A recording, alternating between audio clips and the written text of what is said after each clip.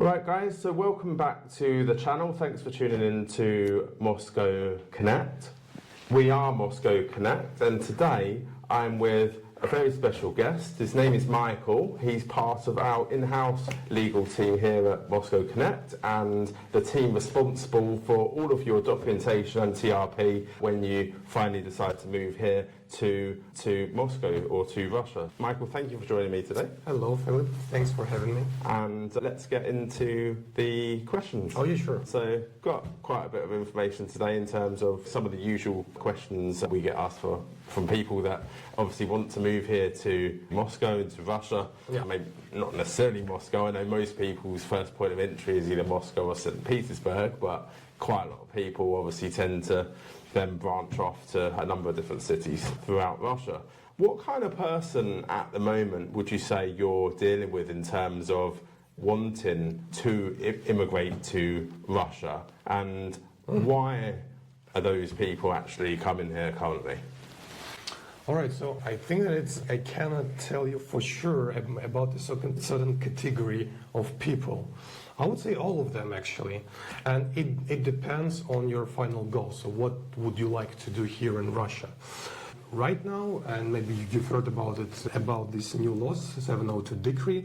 So this decree is about people who want to relocate to Russia, who share traditional, moral, and family values.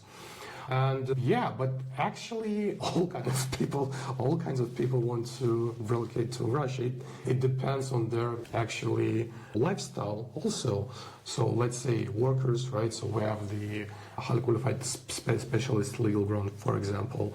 Maybe if you're, for example, a native speaker, right? So you can start your own business here. Then students, people who want to study here first, they start with a Russian language course, and basically I would advise to learn some basic Russian so you could live here more freely. And you've mentioned Moscow and St. Petersburg. Actually, I would say that around half of foreign citizens, they want to live in different regions of Russia. So not only in big cities like Moscow, St. Petersburg, Yekaterinburg, etc. It depends on your lifestyle, right? So, for example, families from the US, let's say with 3 kids, 5 kids, right? They want to live outside of big cities. So, yeah, they want to purchase a land and a house. So, it depends on your final goal and what you want to do here. And of course, the actual cost of purchasing land and acquiring property outside of the big cities is going to be a fraction of the cost. Yeah. And compared to what they're used to in their home countries, their money can go way further here, especially when you start going out a bit more into the countryside, for example. Yeah, that's right. Yeah. So I'm at home in the UK or the US, I'm dissatisfied or disillusioned with my government, what's going on, how my tax money's being spent, and I'm looking for somewhere else in the world to travel to. I share traditional Russian values of this country, and I've heard a little bit about the 702 scheme, but don't really know where to go or what sort of visa would be best for me. What I would sort of always say to people at the moment from, and I think you'd agree, from unfriendly countries, even if they could come here and they had a job lined up or they even had a Russian wife, for example, the 702 decree is still quite a good tool, even for those people, I believe, to move here under that scheme. I, for example, have a Russian wife. I thought very carefully about how I actually move here to Russia. Yeah. After reviewing all the options, the spousal visa actually didn't make sense for me because I wanted to have status here as quickly as possible. And actually, if you come here, which a lot of people don't know, if you come here on a spousal visa, that doesn't give you an automatic right to have a TRP without staying here for a bit and then applying for, obviously you don't have a quota, but you still have the language test. That's quite a big factor to take into account when deciding to move here. Actually, if you don't speak Russian, the quickest way to immigrate and be a proper resident here is under the shared value scheme because of that language requirement being dropped. Indeed, yeah. So let's start from the scratch, from the very beginning. The 702 decree was introduced on the 1st of September 2024. So this decree is about, there's a certain list of unfriendly countries. And if you're a citizen of this unfriendly country, then you can use the 702 decree in order to apply for the temporary residence permit on the ground of shared values. Yes, let's call it like shared values. It's traditional, moral, family values, shared values. And so two options actually. So if you're already here with any other type of visa, you can apply for the temporary residence permit on this legal ground, shared values. If you don't have any visa right now, you should get a special shared values visa in your home country. So basically, you just go to the official website of Russian Consular Service in your home country. Then you fill out the application, online application. After that, you would have a certain calendar with free time slots for the interview, because this is something special with this shared values visa. So you go in person to the Russian Consular Service for an interview. Yeah, and it's only the ambassador or someone senior at the embassy.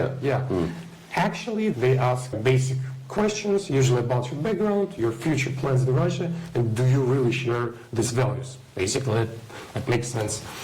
Then you'll just leave your passport there and you'd come back with a visa after normally around 5 to 10 business days. So it depends on the workload of the consulate service, how much time will they need. The difference between... Sorry, I just wanted to ask something on that point, because I think it's quite critical. So you mentioned there that people can come on any sort of issued visa. So you said, look, there is a special visa, the shared values private visa for 3 months, but there's also a range of other visas people can get to come here to Russia. And there's the ability on any of those visas to apply for the temporary residence permit under the shared values route. I heard that either the law had been changed or they were thinking of changing it, and I'm not actually sure quite yet, that in order to change that visa for a TRP, you can only come in via the shared values route, and they're not allowing you to do that anymore on other visas. Is that not correct? No. Right now, let's say again start from the very beginning. So after this decree was released, right, everybody thought that, okay, you could apply for this temporary residence permit only with the shared values visa. No.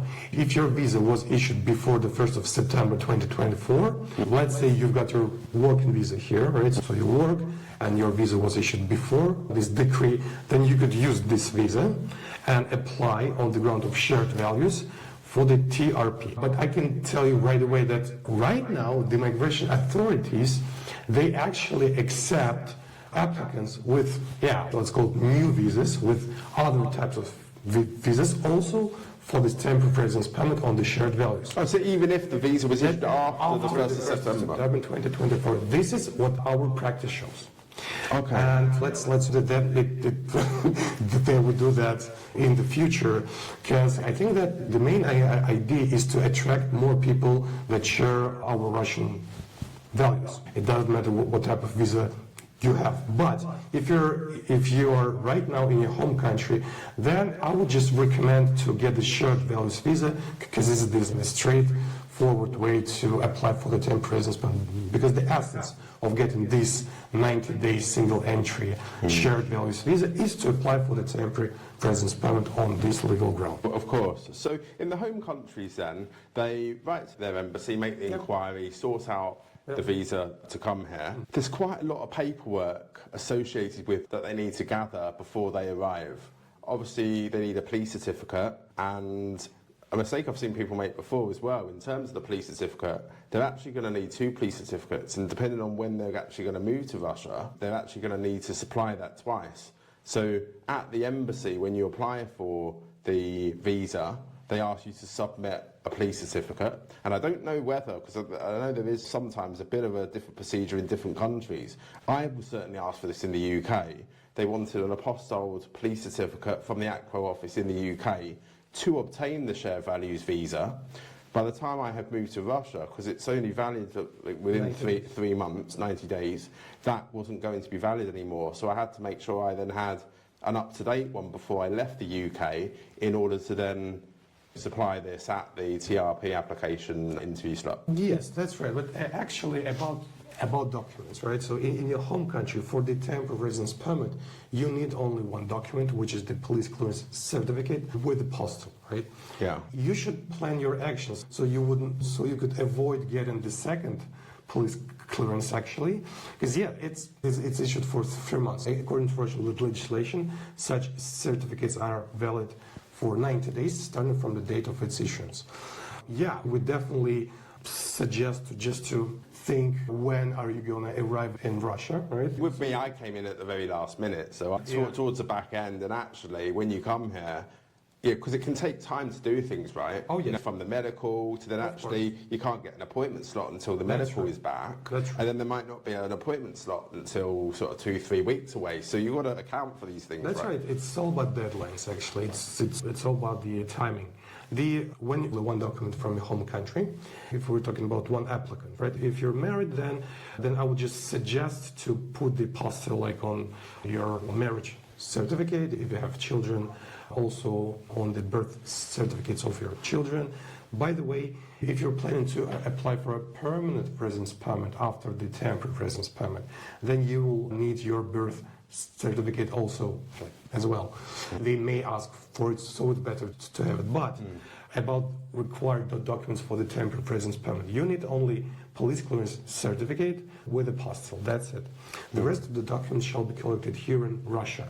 And you're totally right about the deadline. So you cannot just make an appointment at the migration authority here in Russia to apply your documents before you got all these documents, right? So when you arrive in Russia at the passport control, you'll be given with a migration card, little piece of paper. Please keep it. Then you have to make the registration within 7 business days after your arrival. Any hotel or landlord must do that for you. Main document here is the temporary residence permit application form. And the thing is that devil is in the details, right? We need to properly fill it out and check it many times, hundreds of times. Because when you're about to apply with a ready-made package of documents, they want to refuse. Because if they accept them, that basically means that after 4 months, this is the consideration period, so after 4 months, you will get your temporary residence permit.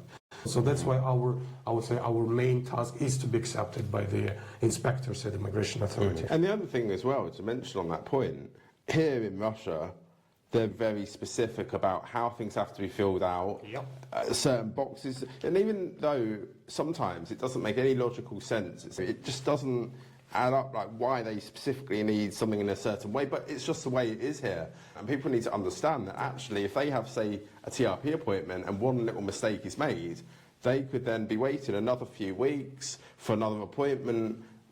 Meanwhile, their police certificate or something might have ended, and then they need to go back to the home country. Because the UK, for example, they won't issue digital certificates. I know some countries do issue digital ones. I know there's a grey area sometimes maybe whether or not they would accept these. I know sometimes we're able to get those accepted, sometimes we're not, but why take any risks if you don't have to? I think it's obviously better to be on the safe side and actually plan ahead. And That's right. Medicals also, like in Moscow, huge city, right?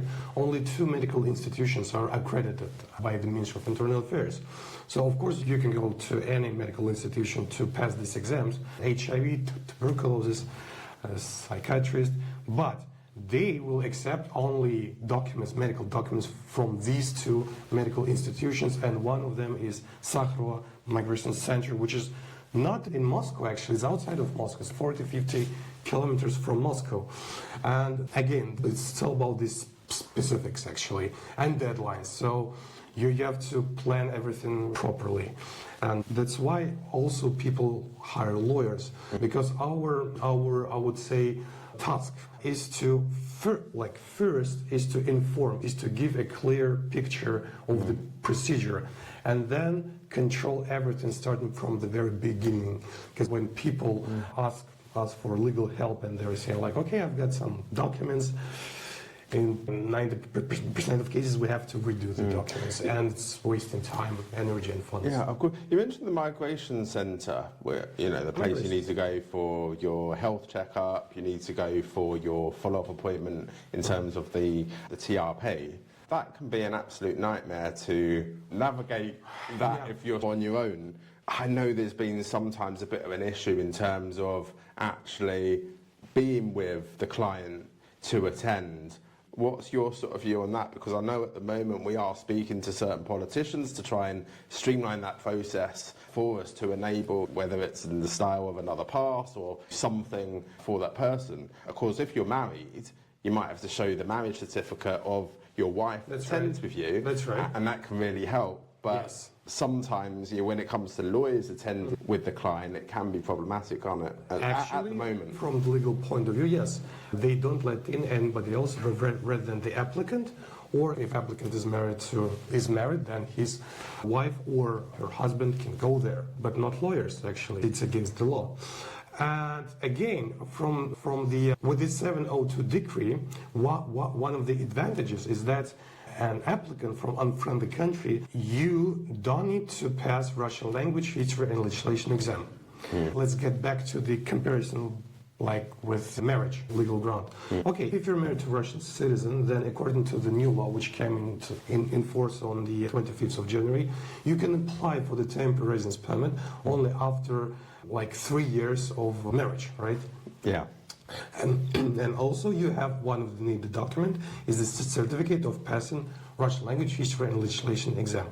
So that's why if you're married and if you're from unfriendly country, you may use the 702 decree to apply for the temporary residence permit. The only time I would say don't do that is if you're planning to have a child or that child is near the point where it's going to give birth, because of course with the child they can then skip straight to the permanent residency. That's right. And of course they don't need the language test. Yes, that's right. If we're talking about a permanent residence permit, VNJ in Russian language, then okay, if you're about to have your baby in your marriage, you're married to a Russian citizen and you expect to have a baby, then you can apply directly, so you can skip the temporary residence permit and apply directly for a permanent residence permit issued forever. And yes, if your legal ground for permanent residence permit is your child, Russian child, and Russian wife, then you don't need to pass Russian language, history, and legislation exam. But if you're having your temporary residence permit, right, on the ground of 702 share values, then after 8 months you can apply for a permanent residence permit. But in this case, you will need to pass Russian language, history, and legislation exam, because that's another legal ground. So it's all about your personal life situation. And in terms of having a child then, we've obviously mentioned permanent residency is an option. How about citizenship then? Obviously you're eligible. Can the language exam also be exempted on the basis of having a Russian child for citizenship? I've heard different stories from different people, so I don't fully know what the answer will be. That's right. You're also exempt. And let's check the 702 option. Okay, so you've got your, let's say, shared villas visa. You apply for the temporary residence permit. The earliest possible date to apply for the VNJ for permanent residence permit is after 8 months of holding this temporary residence permit. Let's say, okay, you got this VNJ, a permanent residence permit, and then you can apply for the citizenship only after 5 years. And this is the general procedure on getting citizenship. It's 5 years. Having your VNJ, permanent residence permit, for at least 5 years.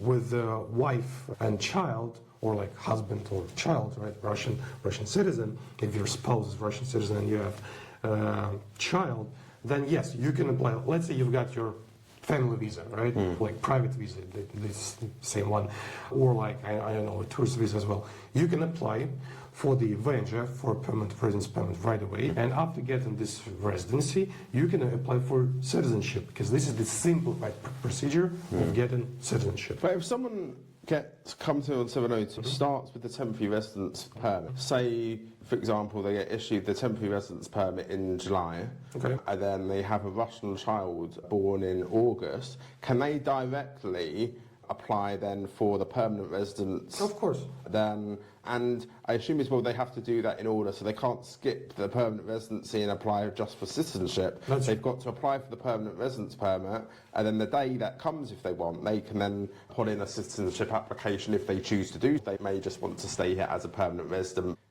If someone decides to obviously come here under the TRP, no plans for the sort of the near future in terms of kids, have a plan to stay here to obviously go for the permanent residency and then the citizenship. Yeah. As we've said, probably not going to know Russian enough after 8 months. Hopefully they would have learnt enough by 3 years. A couple of questions in terms of that then.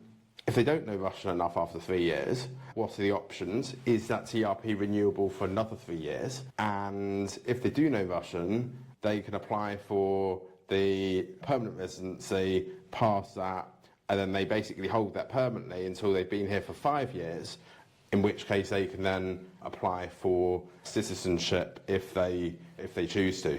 Is that sort of correct? Yeah, that's right. It's not against the law to reapply for the temporary residence permit, but they don't actually recommend doing so. Because I would just love to close these legal issues. And if you get the permanent residence permit, then you can live forever with this residency. Of course, if you would like to apply for and become a citizen of Russia, then after 5 years you can do that.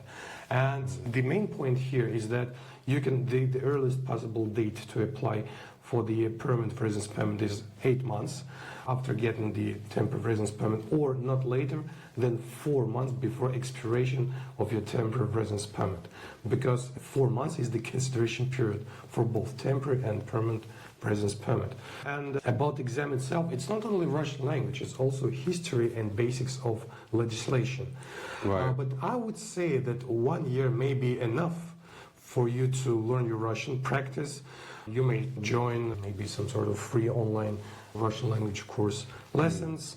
The other thing as well to note there is essentially they are revising for an exam. It's not necessarily learning general Russian, but actually if you know the things that you need to learn for that exam, you can simply study for the purposes of that exam. That's right. To pass it, right? There are some of the websites where they have these examples of tests, and so that's totally possible just to stick to these tests or try to practice.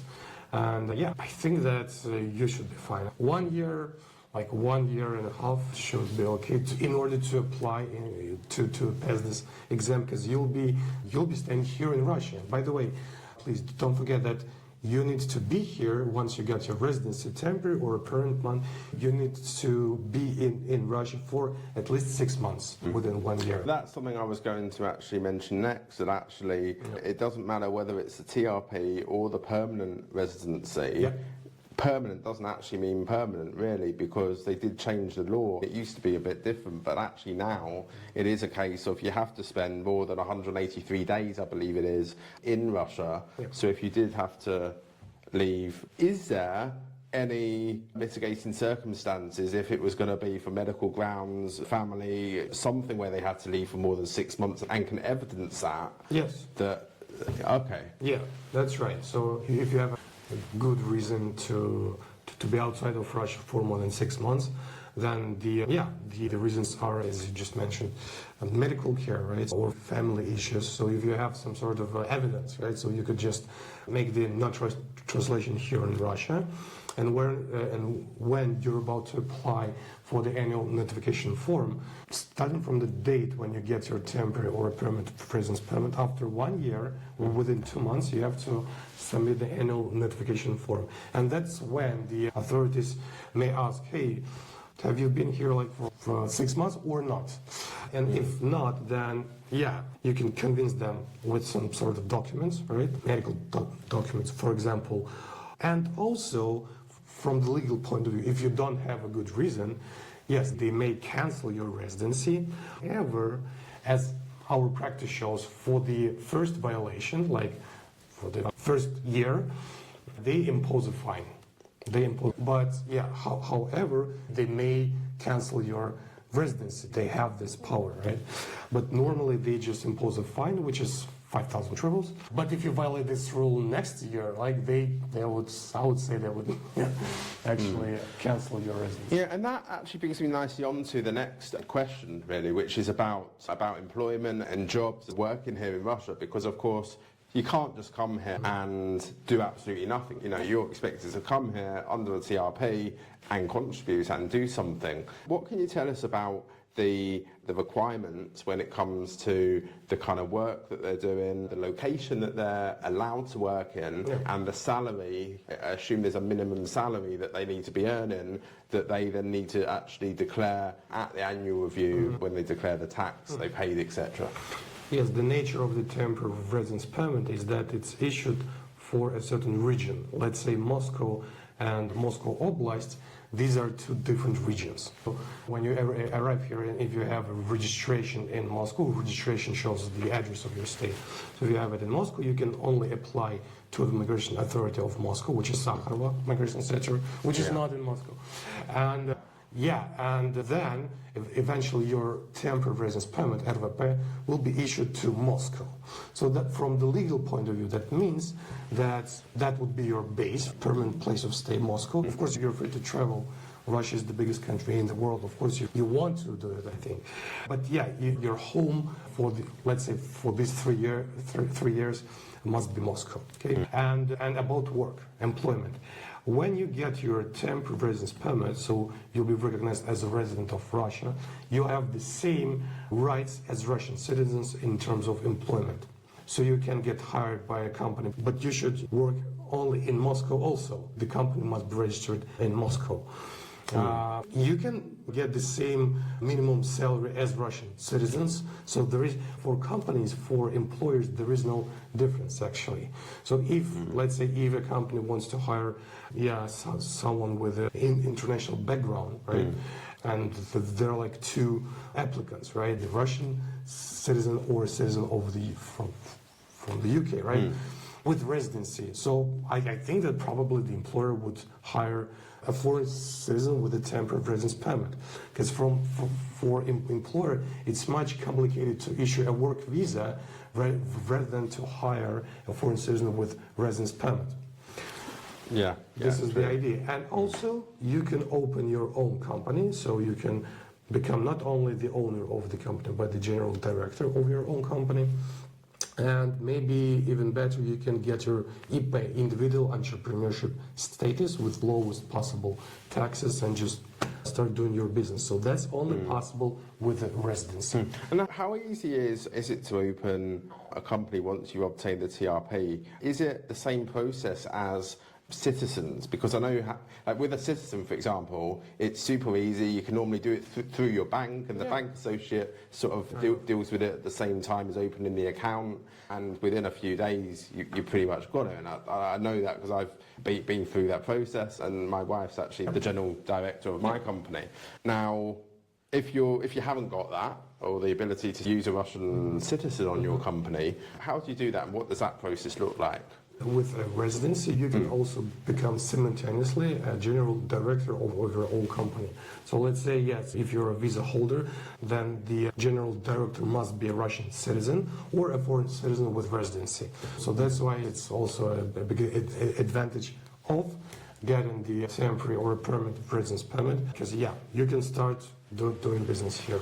And the process of opening that company is exactly identical, is it? I would say, I would say, yeah. And that's something that we can help with if people want to open companies. That's something that your team can actually deal with, yes? Yes. Yeah, good. And if somebody moves here and they say, look, I want to come to Moscow, they apply for everything under the Moscow city region for their temporary residence permit, and they say, you know what, I fancy moving to Kazan, for example, and I thought that just came to my head. Okay. Is there a process to transfer a TRP from one city to another to enable somebody to then live and work in that other city? Theoretically, that's possible, but I don't recommend doing so, because first, we don't have specific laws that would actually work in this kind of situations. The nature of the temporary residence permit, RVP, is that it's issued for a certain region. So you should first decide where you want to live, right? For at least, let's say, for the first year, because you'll be able to apply for the VNJ after 8 months. And with VNJ, with a permanent residence permit, there is no such requirement. So that's why you should just first, maybe you could just make a visit, if that's going to be your first time here in Russia. Just make a visit, yeah, take a look at different cities of Russia, and then you could understand where you actually want to live. And then apply for the temporary residence permit. That's right. Okay, sure. So, yeah, the simple answer is then that it's good to make the decision, pot up with that for a year. Yeah. It's not going to be forever. Everyone can live somewhere for a year, and then if they want to make further decisions about where to go, etc., they can obviously do that. Exactly. Okay, Also, great. sorry, I just want to know that, let's say if you have a work visa, right, or if you have a tourist visa, then you cannot change the type of your visa being here in Russia. So you should go back to your home country and get another type of visa. It's also something that you should just, I think, before your relocation, right? However, again, for today, if you're having, let's say, a tourist visa, right, then you can apply for the temporary residence permit on the ground of shared values. Oh, you can? So this, yes, that's right. I've got a question on that then. Yeah. I know you also tourist visa. Many countries now can come to Russia for, I think it's 16 days under the e-visa. Okay, so it needs paper a stamp. visa stamp. Okay, okay. Yeah. Yeah, because I know that is a question that will probably come up. That, yeah, there is this. I know a lot of EU citizens and Ireland and places can have the e-visa as well, but that's obviously But not. also, again, let's just count a little bit. You need to be here for a certain period of time before you'll be accepted with your documents. And it takes some time. Medicals, right? Then translations. Usually it's around 3 weeks just to collect and prepare everything. And is it not possible to come on an e-visa, then before that expires, go to the MVD and say, I want to extend that? No. You need to get right from the start. real visa in your home country at the Russian consulate service. Yes, yes. So yeah, so that's an important point there, for sure. Okay, so what would you say to people then that have doubts or concerns, or people that get a bit scared about Russia? They've heard that it's this wonderful place in terms of the values and everything, and they're obviously disillusioned with what's going on in their own country. But then they've watched too much CNN or BBC, and they think it's this scary place, which we all know that it's not. But how would you say to people get over that line? Because what I say to people is, come here as a tourist first. That's right, exactly. Just, I invite you to visit Russia, and just so you could see everything in person, because it's all about the media and political stuff. But just get a tourist visa, I don't know, and spend a couple of weeks here in Russia. I'm a Moscowite, I love Moscow. Yeah, this is just great here. Just come here, visit Russia, and you'll see. It's not only about traditional values or something like this. It's just the great city, one of the greatest cities in the world, and that's why. And since Petersburg, of course, Kazan, Nizhny Novgorod, we have this thing which is called Zolotoy Koltso, so golden ring. So it's where like these cities of Russia. So maybe you could just do this kind of tourist visit with using these countries of golden ring. And that's the thing, is that a lot of people, they think of Russia and they just think it's snow and ice. But what people don't realise is you've got 9 different time zones from east to west. You've got so much variety within Russia. Going from Kamchatka right over near Japan to, you've got a piece of Russia even within Europe on the border of Poland. Exactly, so there's so much to do and see here, and a lot of Russia is actually quite hot as well. It's not like it's this cold place, minus 50 everywhere. Yeah, sure, that's right. But people don't actually understand that there's more to it than that, actually, and you can actually enjoy quite a nice life and quite a nice lifestyle here without even leaving the country. Indeed, that's right. Totally agree here. Yeah, thank you for coming on, Michael. You've answered a lot of questions that we're going to be having. If you've got any more questions about anything that we've discussed, be sure to leave a comment in the comment section below, and we'll make sure that all of those questions are answered. You can also write to us via email, Telegram, etc. Reach out, and we'll be happy to get any of those questions answered as well. And if you are thinking of making a move here, like we said in the interview, we'd recommend obviously you come here, you check the place out, but if you know that Russia is the place for you, then give us a call, give us a message, and we'll be happy to obviously help you fulfill that dream of coming here and making sure that everything goes